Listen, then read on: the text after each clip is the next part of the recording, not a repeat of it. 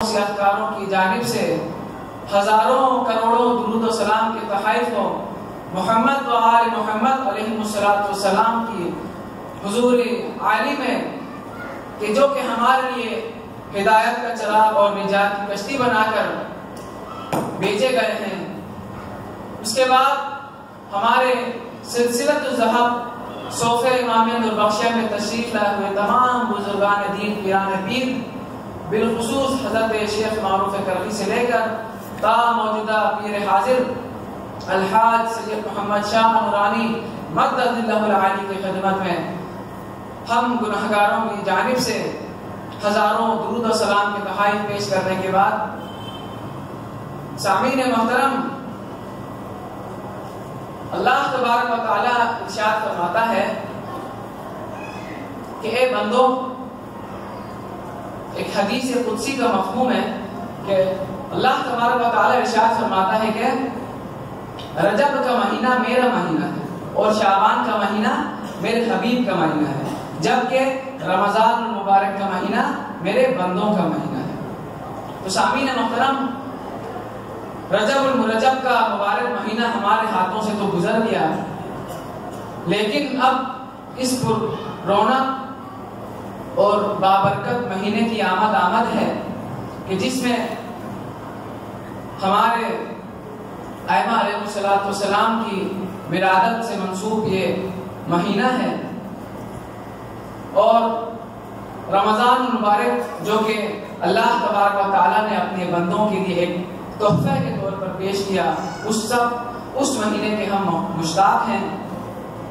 تو اللہ تبارک و تعالیٰ نے اس حدیث قدسی میں ان تینوں مہینوں کو ایک اپنے ساتھ، ایک اپنے پیغمبر کے ساتھ اور تیسرا اپنے بندوں کے ساتھ خاص کیا۔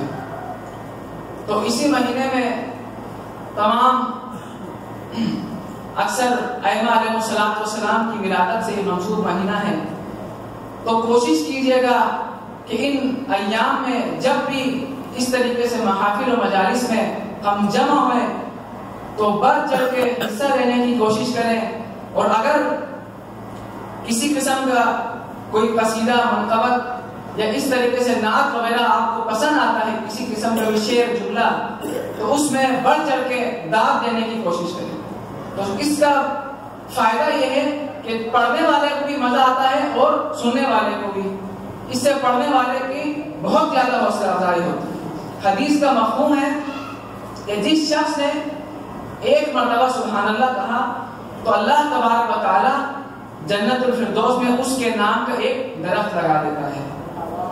اب آپ خود اندازہ کیجئے، ہم تعلیمات کے نوربخشی کے ماننے والے ہیں، ہم مسلک کے نوربخشی سے تعلق رکھتے ہیں، ہمارے بزرگان دین نے ہر نماز کے بعد ہمیں تسبیح فاطمۃ الزہرا پڑھنے کا حکم دیا، مستحب قرار دیا، اس میں ہم ہر نماز کے بعد کیا کرتے ہیں؟ 33 مرتبہ سبحان اللہ کہتے ہیں۔ تو یہ آپ کے لیے اور ہم سب کے لیے مبارکبادی کی بات ہے کہ بیٹھے بیٹھے ایک مرتبہ سبحان اللہ کہا، اللہ تبارک و تعالیٰ نے آپ کے لیے بشارت دی کہ اللہ تبارک و تعالیٰ آپ کے نام کا ایک جنت میں درخت لگا دیتا ہے۔ کتنی اچھی بات ہے، اس محفل میں آپ بیٹھے ہوئے ہیں اور آپ ایک مرتبہ سبحان اللہ کہیں۔ اور اسی طریقے سے جو لوگ قصیدہ پڑھتے ہیں، منقبت پڑھتے ہیں، شعر و شاعری پیش کرتے ہیں، ان کے لیے بھی یہ بہت ساری احادیث میں ہمیں فضائل ملتے ہیں کہ احادیث کا مفہوم ہے کہ جس نے ائمہ علیہ السلام کی فضیلت میں ایک شعر کہا تو اللہ تبارک و تعالیٰ اس کے لیے جنت میں محل تیار کرتا ہے، اس کے لیے باغات کا دعوت ہے۔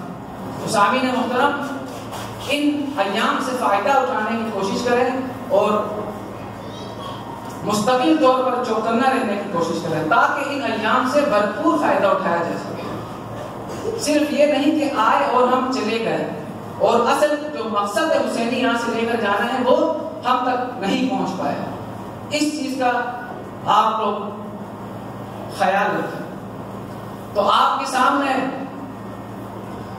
قرآن مجید کی سورہ انفال کی ایک مختصر سی آیت تلاوت کرنے کا شرف حاصل کیا جس میں اللہ تبارک و تعالیٰ ارشاد فرماتا ہے، اپنے بندوں کو حکم کرتا ہے، بسم اللہ الرحمن الرحیم، وَاعْلَمُوا أَنَّمَا أَمْوَالُكُمْ وَأَوْلَادُكُمْ فِتْنَةٌ وَأَنَّ اللَّهَ عِندَهُ أَجْرٌ عَظِيمٌ. وَاعْلَمُوا تمام علماء کرام تشریف فرما ہے کہ صیغہ امر ہے. وَاعْلَمُوا تم سب لوگ جان لو. کیا جان لو؟ انما اموالکم و اولادکم، بے شک تمہاری مال جو تم نے جمع کر کے رکھا ہوا ہے، تمہارے پاس ہے، تمہارے گھروں میں ہے، تمہارے بینک میں ہے، وہ سب، اور تمہاری اولاد اور تمہاری اولادیں ہیں، فتنہ تم ایک آزمائش ہے، ایک امتحان، ایک ٹیسٹ ہے آپ کے لیے.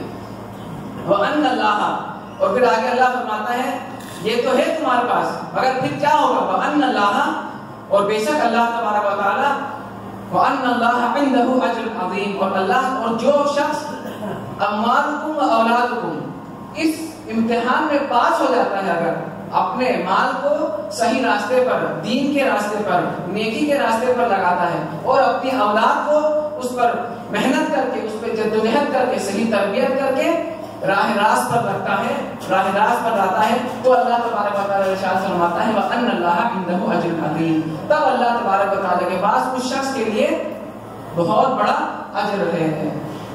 تو سامعین محترم، یہ تھا اس آیت مبارکہ کا ترجمہ. تو اس آیت مبارکہ میں جو لفظ اولادکم ہے، یعنی تمہاری اولادیں، تمہارے بال بچے،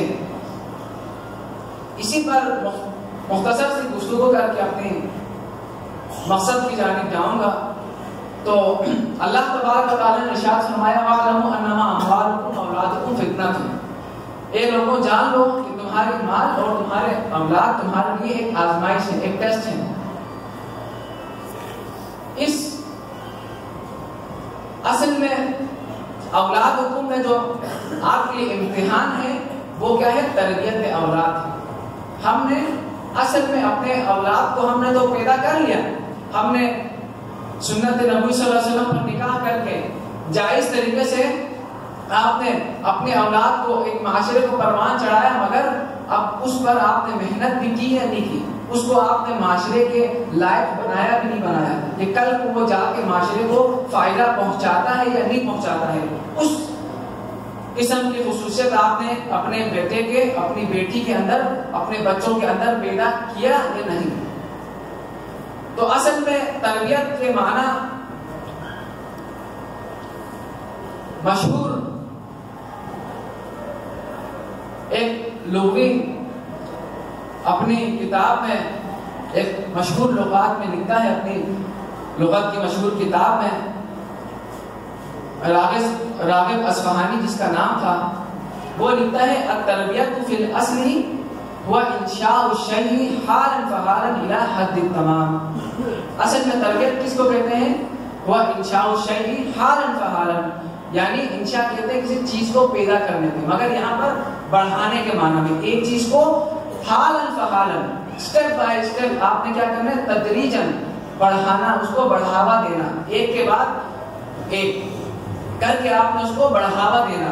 حالا فحالا الى حد التمام، کمال درجے تک پہنچنے تک اس کو آپ نے سٹیپ بائی سٹیپ کیا کرنا؟ اس کو آپ نے آگے لے کر چلنا، بڑھانا. تو یہ تھا تربیت کے معنی. تو سامعین محترم، اگر ہم اپنی مجتہدین، اپنی پیران پیر، اپنی نوربخشی تعلیمات کی روشنی میں دیکھیں کہ ہمیں تربیت اولاد کے بارے میں کس قسم کی تعلیم دی گئی ہے. اگر ہم فقہ الاحوال کا مطالعہ کریں تو حضرت شاہ سید محمد نوربخش نور اللہ مرقدہ وعلی اللہ مقام فرماتے ہیں تربیت اولاد کے بارے میں.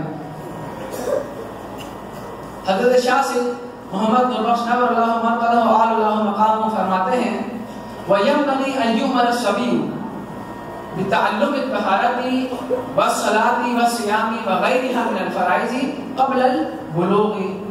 اور ضروری ہے کہ اپنے بچے کو حکم کرنا کس چیز کا؟ وَيَنْبَغِي أَنْ يُؤْمَرَ الصَّبِيُّ، اپنے بچے کو حکم کرنا بِتَعَلُّمِ الطَّهَارَةِ وَالصَّلَاةِ وَالصِّيَامِ، پاکی کا، نماز کا اور روزے کا. اس کی تعلیم کا اپنے بیٹے کو، اپنے بچوں کو حکم کرنا، کب؟ وغیرہ من الفرائض، اور ان فرائض کے علاوہ، کب؟ قبل البلوغ، بلوغت ہونے سے پہلے۔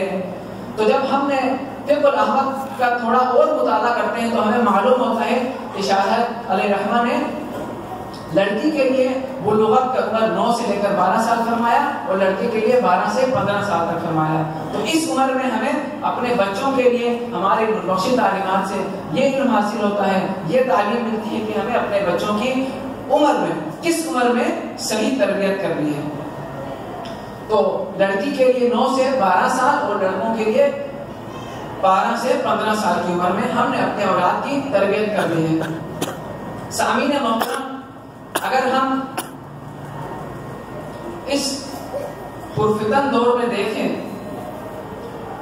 دین اسلام نے ایک مکمل ضابطۂ حیات ہمیں پیش کیا، ایک مکمل زندگی گزارنے کا ایک مکمل طور طریقہ آپ کو صبح سے لے کر تہجد کے ٹائم سے لے کر رات کو بستر میں جانے تک آپ کو ایک مکمل سلیبس آپ کو دین اسلام نے پیش کیا کہ آپ اگر اس راستے پر چلتے رہیں گے تو آپ کی زندگی بالکل دنیا میں بھی کامیابی ہے اور آپ کے لیے آخرت میں بھی کامیابی ہے۔ تو ایک حدیث مبارکہ آپ کے سامنے پیش کی تھی جس میں اللہ تبارک و تعالیٰ کے پیارے رسول صلی اللہ علیہ وسلم نے ارشاد فرمایا، اور ارشاد فرماتے ہیں کہ اپنے بچوں کو کیا کرو، 3 خصلتیں سکھاؤ۔ ایک حب نبیکم، اپنے نبی کی محبت، ایک وحب اہل بیت ہی، اور اپنے نبی صلی اللہ علیہ وسلم کی اہل بیت کی محبت، وقراءت القرآن، اور قرآن کو صحیح طریقے سے پڑھنے کا علم ان کو اپنے بچوں کو سکھاؤ۔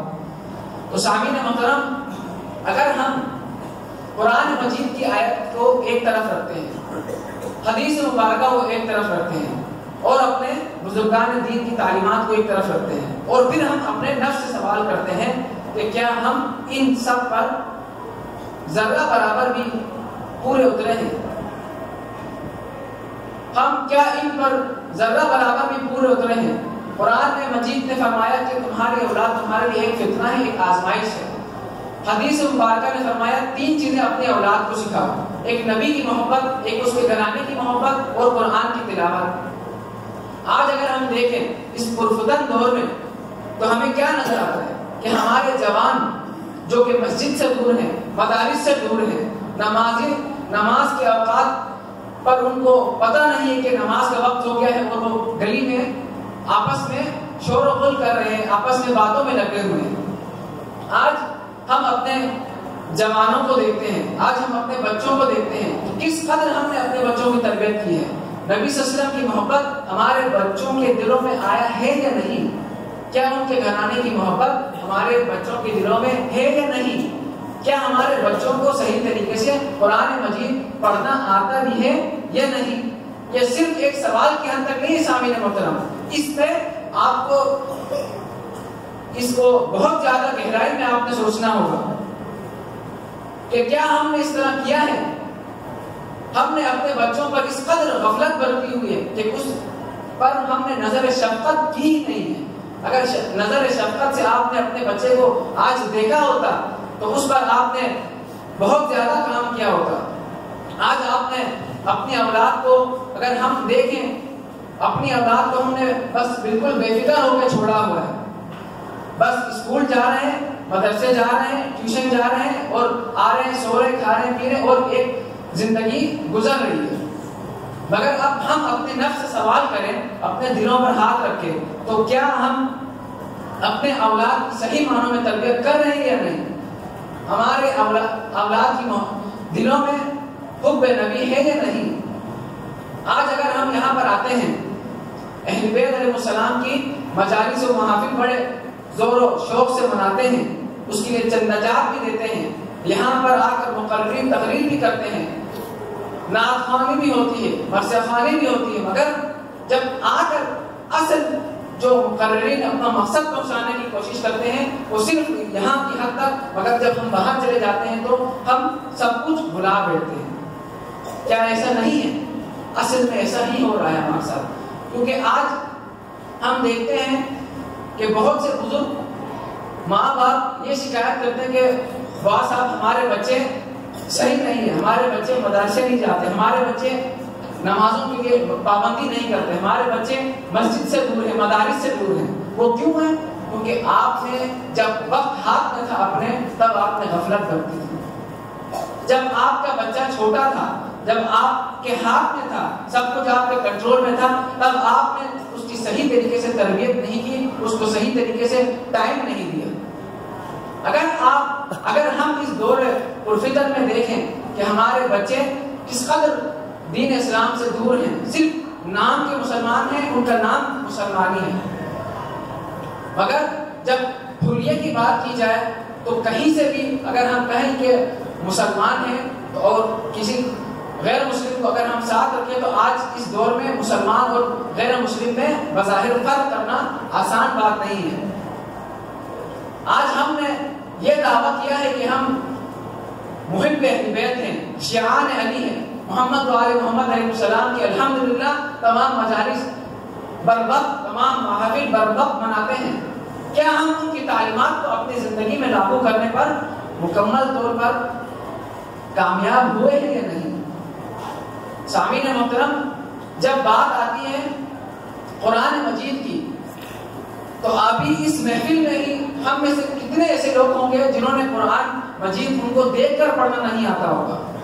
یہ کیوں ہے؟ جب وقت تھا ہاتھ میں تب اس وقت غفلت برتی تھی، جب آپ کے ہاتھ میں ٹائم تھا، جب آپ کی عمر تھی، تب آپ نے اپنے ساتھ ظلم کیا، اپنے ساتھ زیادتی کی۔ آج ماں باپ شکایت کیوں کر رہے ہیں کہ ہمارے بچے ہمارے ہاتھ سے نکلتے جا رہے ہیں؟ واہ صاحب ہمارے بچے مدرسے نہیں آتے، ہمارے بچے مساجد سے دور ہیں، نمازوں کے ٹائم پہ انہیں پتہ ہی نہیں ہوتا۔ یہ سب کیوں ہے؟ کیونکہ جب وہ چھوٹے تھے، وہ آپ کے کنٹرول میں تھے، تب آپ نے اس کو صحیح طریقے سے اس کی تربیت پر توجہ نہیں دی سامعین محترم۔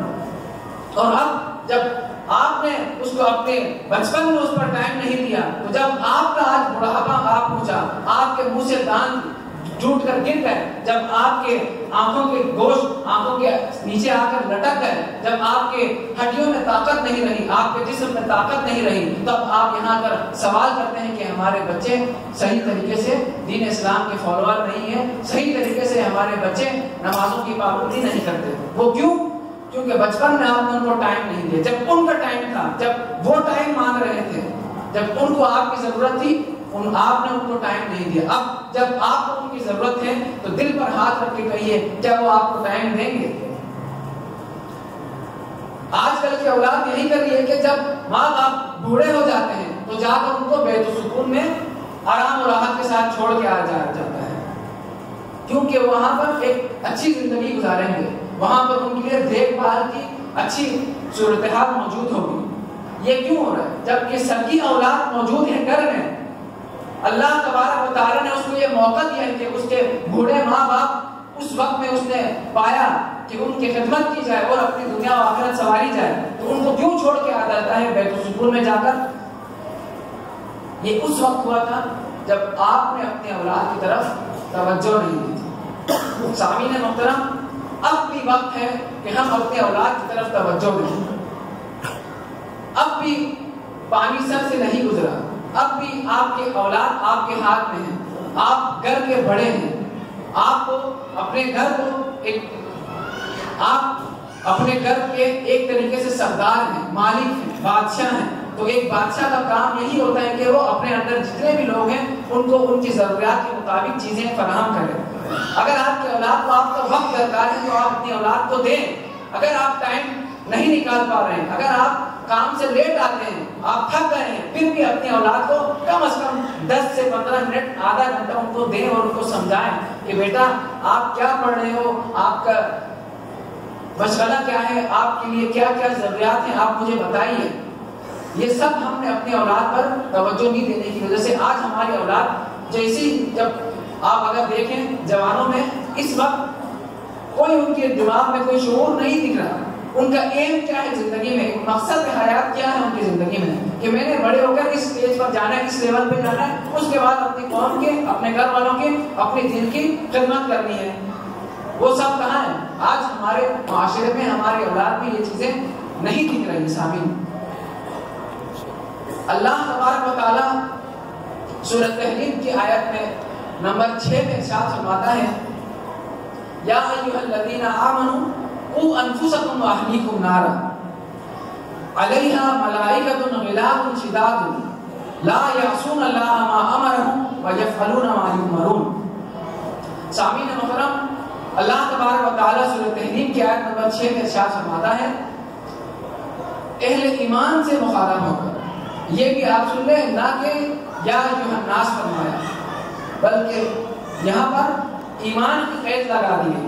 الحمدللہ ہم سب مومن ہیں, ہم سب علی علیہ السلام کو ماننے والے ہیں, الحمدللہ ائمہ علیہ السلام کو معصوم ماننے والے ہیں, ہم سب اسی مومن کے مصداق میں سے ایک مصداق ہیں.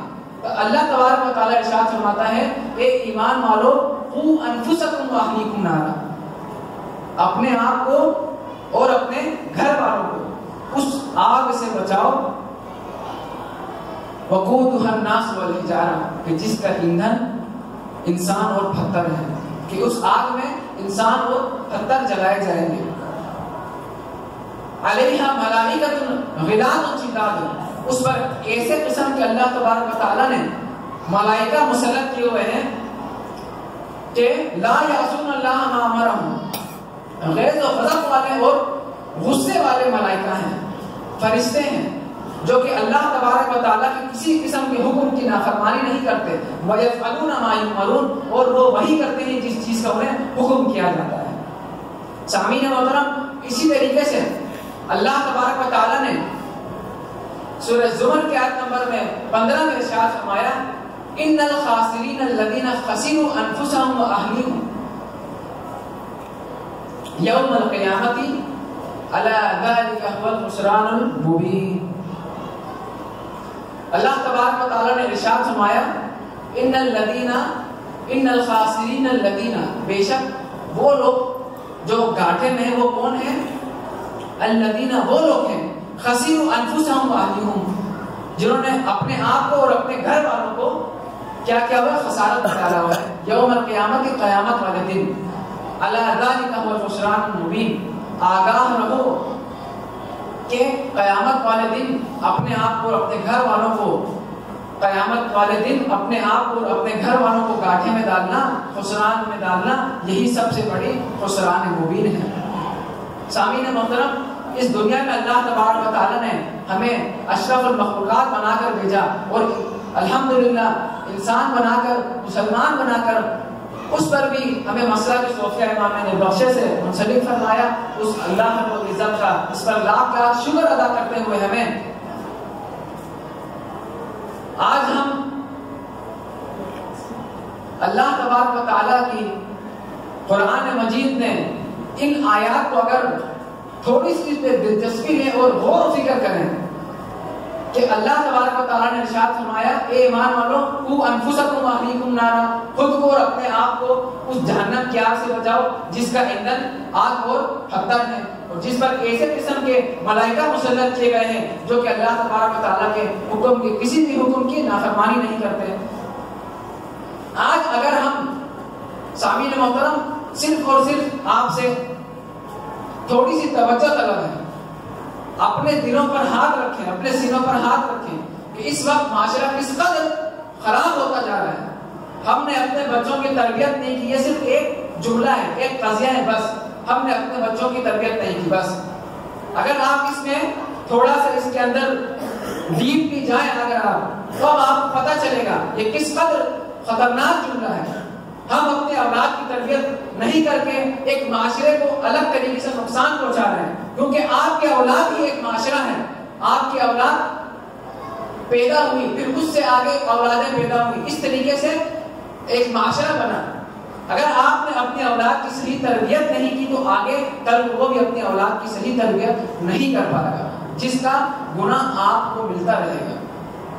جس طریقے سے حسنہ جاریہ ہوتا ہے اسی طریقے سے سیئہ جاریہ بھی ہوتا ہے.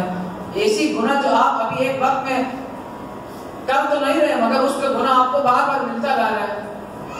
اگر آپ نے اپنی اولاد کی آج صحیح تربیت نہیں کی کل کو آگے جا کے وہ بھی اپنی اولاد کی صحیح تربیت نہیں کر پائیں گے. اس وجہ سے آپ کو جتنے ان سے اولاد پیدا ہوتے جائیں گے اور ان کی اولاد کی تربیت صحیح نہیں ہوگی تو اس کا حصہ اس کا گناہ آپ کو ملتا رہے گا.